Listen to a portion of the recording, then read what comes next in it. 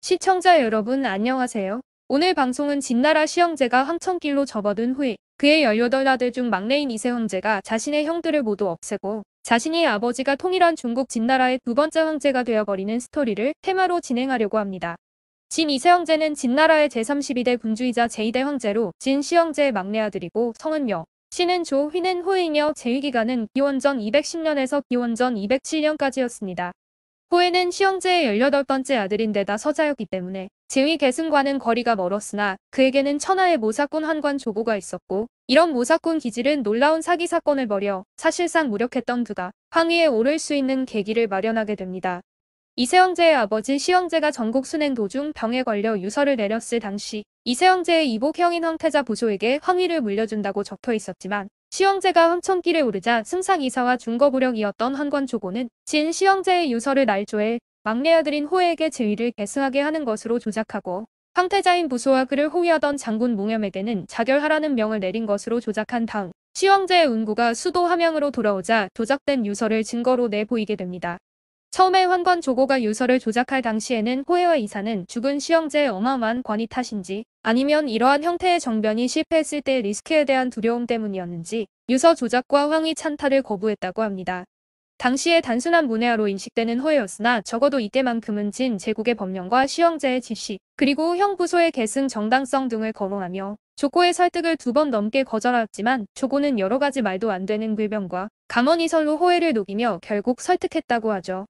사실 황관조고의 잔머리로 위조한 시형제의 유훈으로 황태자인 부소는 자살할 수밖에 없었지만 그를 수호하는 장군 몽염은 정복전쟁 당시부터 맹활약했던 조부 몽호 부친 몽모와 더불어 여러 차례 전공을 올린 장수였고 그들이 있었던 장성에는 인민족 방어를 위한 강력한 군세를 갖추고 있었으므로 최소한 한 번 정도는 유훈을 거부하는 도박을 해볼 만도 했지만 부소는 결국 거짓 명령을 거부하지 못하고 자살함으로써 진 제국은 돌이킬 수 없는 길을 걷기 시작합니다. 어쨌든 허에는 황위 등극의 걸림돌이 되는 형 부소와 그의 호위 장군인 명장 몽염, 오승상 풍거질, 대장군 풍겁 등을 제거했고 자신의 제위를 위협할 나머지 16명의 형제는 물론 누이 20여 명조차도 숙청하고 제위에 오르게 됩니다. 진시황릉의 배장갱 중에는 사람이 묻힌 무덤도 여러 곳 발굴되었는데 이 무덤의 부장품이나 관은 호화로웠지만 유골은 모두 나이도 젊고 건강 상태도 좋았음에도 불구하고 두개골에 화살촉이 박혀있거나 사지가 토막나는 등 잔혹한 처형을 당한 모습이었는데 이 유해들은 호해가 죽인 그의 형제, 자매들의 무덤으로 추정되고 있죠. 이때 누이 10명은 가장 잔혹하게 사지를 찢어 죽였다고 하는데 실제로 진시황릉 발굴 때 발견된 여성으로 추정되는 유골들은 모두 팔다리가 인위적으로 절단되어 나란히 포개져서 묻힌 흔적이 뚜렷했던 것을 보면 호해가 친족과 최측근들에게 잔혹한 행위를 자행했다고 전해지는 것이 입증된 것이라고 할 수 있습니다.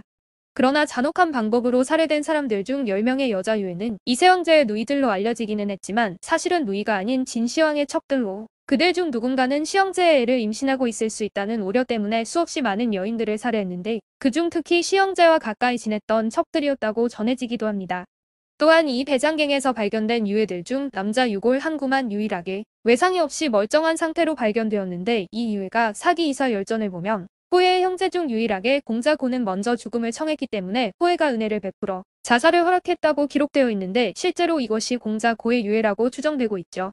이세 형제가 황위에 오르게 된 이유를 유서의 조작이라고 보는 견해는 이러했지만 진시황이 말년으로 갈수록 의심병이 더해짐에 따라 판단력도 흐려져서 호해에게 제위를 승계하게 했을 것이라 추측하는 또 다른 의견도 있다고 합니다. 상위 진본기에는 호해가 등극할 때의 나이가 12세였다고 하고 진시황 본기에는 이세 황제 원년에 그의 나이가 21세였다고 되어 있는데 그가 황위에 오른 후의 행위 등을 본다면 진시황 본기에 적힌 21세가 맞는 것으로 보는 것이 타당한 것 같습니다. 하여간 이세 형제는 자신의 뜻을 이루고자 아버지의 유문으로 황제 자리에 앉아야 했던 형 부소를 죽여버리고 자신이 제위에 즉위한 후에 나머지 남자 형제들을 모조리 죽여버렸으며 진은 이 시기에 진승과 오광이 일으킨 봉기를 시작으로 여기저기에서 많은 반란이 일어나는 상황이 전개되고 있었지만 섭정으로 정권을 잡고 조정을 뒤흔들던 황관초고는 갈수록 겁없는 행동을 이어가기 시작했고 이렇게 점점 진나라의 망조가 들기 시작하여 그 상황은 얼마 지나지 않아 걷잡을 수 없을 정도로 심각해집니다. 뭔가 확실한 증거나 확신하기는 어려운 말이지만 전해지는 야사에서는 시황제가 불로장생 초를 찾아오라고 보낸 많은 사람들 중 한 명이 신선을 만나 불로초를 부탁했지만 그 신선은 불로장생을 할 수 있는 약초를 준 것이 아니라 천록비결이라는 책을 건네주며 그것의 내용을 해독한다면 불로초가 있는 곳을 알 수 있을 것이라고 말했다고 하죠. 참록 비결을 얻은 신하는 시영제에게 그 책을 바치자 그는 수많은 학자들에게 이 책의 내용을 해석해 볼 것을 명령했지만 결국 해독해낸 것은 단지 진나라를 망하게 할 것은 호다 라는 한마디뿐이었고 시영제는 여기서 말한 호를 오랑캐라는 뜻 그대로 해석하여 독방의 흉노 등으로 생각해 만리장성 축조를 시작했지만 결국 여기서 말한 호는 오랑캐가 아닌 막내 아들이자 이세영제가 된 호해를 가리킨 것이었다는 말이 전해지기도 합니다. 시영제가 육국을 병합하면서 통일왕조 진제국이 완성되었지만 그의 절대적인 중앙 집권 정책과 지나친 토목 공사에 동원되었던 통일전 육국 백성들의 불만이 극에 달하고 있는 가운데 이세영제로 즉위한 호해는 황위를 차지할 수 있도록 해준 모사꾼 조고에게 휘둘리면서 제대로 된 정치를 할 수 없었기에 통일 진나라의 정세는 빠른 속도로 흔들리기 시작합니다. 정상적인 수순에 따라 황제 자리에 등극하지 못했던 호해는 많은 의혹을 받는 동시에 정통성에서도 많은 논란이 이어지자 다급해진 그는 이러한 문제를 타파해 나가기 위한 수단으로 아버지 시영제가 시작한 토목공사인 만리장성의 축조 등 백성들 뼈코를 빨아먹게 되는 사업들을 연이어 집행해 나갔고 아버지 시영제의 무덤인 엄청난 크기의 여산릉의 축조 공사와 시영제조차 완공하지 못했었던 아방궁의 공사 역시 백성들의 원성을 무시한 채 진행했습니다. 이런 무리한 정책으로 백성들의 불만은 날로 커져만 갔고 이런 상황에 크게 우려됐던 승상이사는 이세영제에게 많은 조세 부담을 떠안게 되는 백성들을 생각하여 지나치게 호사스러운 아방궁 축조 건립의 중단과 함께 조세 부담을 대폭 줄여주자는 청원을 올리게 됩니다. 그러나 이것을 알게 된 모사꾼 환관 조고는 진심 어린 충정으로 올리는 승상이사의 청원을 호해에게 황제에 대한 도전으로 받아들이게 모사를 꾸밈으로써 전대부터 진의 치세를 이끌던 공신 이사는 숙청되어 잔인한 처형 방법인 요차명에 처해졌고 그의 뒤를 이어 조고가 승상이 되었고 조고의 권력은 하늘 높은 줄 모르고 커졌으며 호해는 그에게 모든 국사를 맡겨버린 후 자신은 유흥에 빠진 생활을 합니다.